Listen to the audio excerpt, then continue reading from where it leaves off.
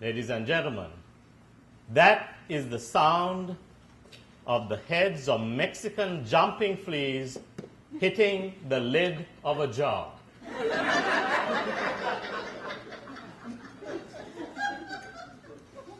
The story goes that a man walked into a tent at a circus to look at the displays they had, and there was this 3-foot-tall jar, and he could see that there was no lid on that jar, but there were some critters who were jumping right up to the top, but not over the top. Right up to the top, and then they would fall back, jump right up to the top, they would fall back, jump right up to the top, and fall back. He looked at this, and he saw a sign saying, Mexican jumping fleas. So he asked the caretaker, "Excuse me, sir, why don't those fleas just jump right out of the jar?" He said, "Oh, we've got them trained." He said, "How do you train Mexican jumping fleas?" He said, "It's very simple. You see, these fleas can actually jump about 6 feet high if we let them. And so what we do is once we catch them, and because we don't want to cart around 6-foot-tall jars, what we do is we put them in a jar that's 3 feet tall, just like this one, and we put a lid to it. And do you know what happens? The fleas start jumping because that's how they're designed, and they go. And after a while they realize, you know what? This is giving me a headache. But because they are programmed to jump, they jump just enough to be under that lid. And they find that, yes, I can still jump without getting a headache. I'm going to keep it at that level. And he said, once we realize that they've just hit that level, just below the 3-foot mark, then we know we've got them trained. Because when we take the lid off, those fleas keep jumping just at that 3-foot level because they think that is as high as they can jump without feeling discomfort. That story is a classic example of self-imposed limitations, isn't it? Self-imposed limitations. And do they apply only to Mexican jumping fleas?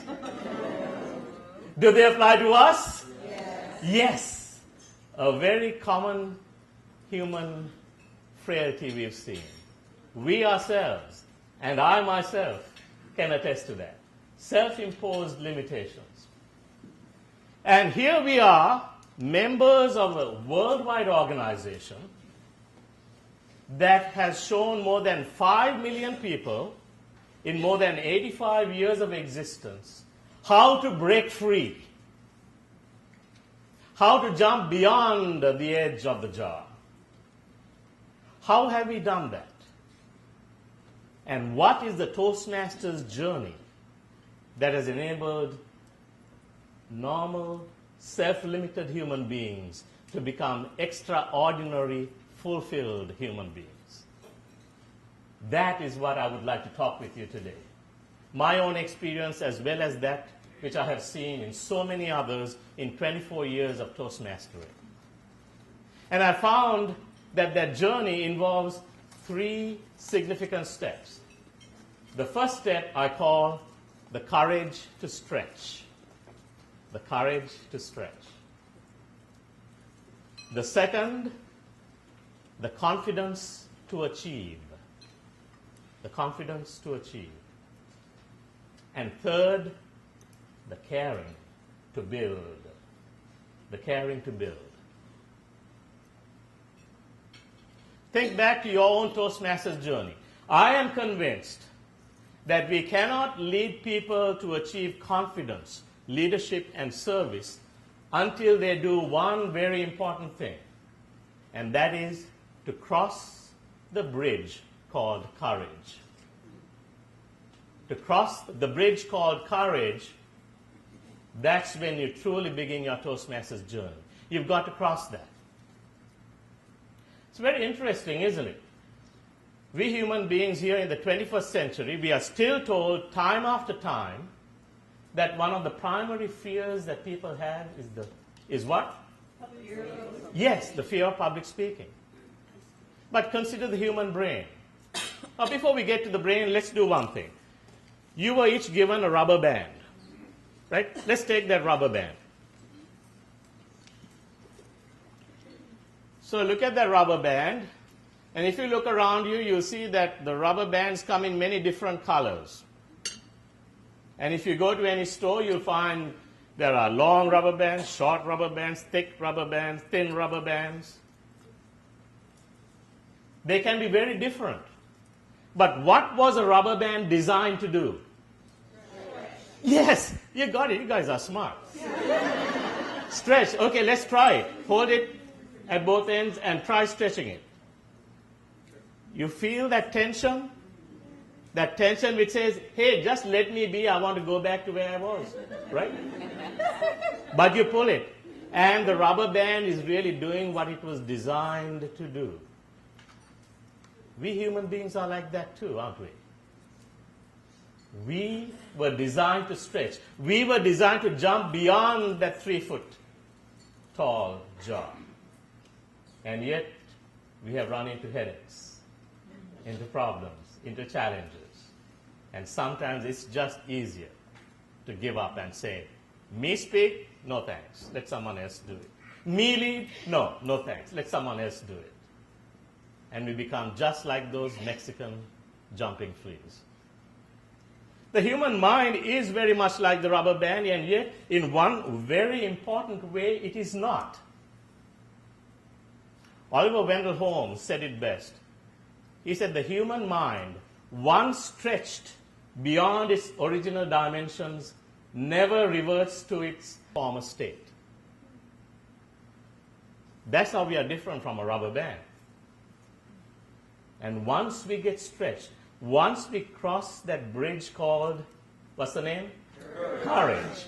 Once we cross that bridge called courage, we are never the same again. Think about your life, your Toastmasters experience. Think about that new member who finally gave his or her ice break.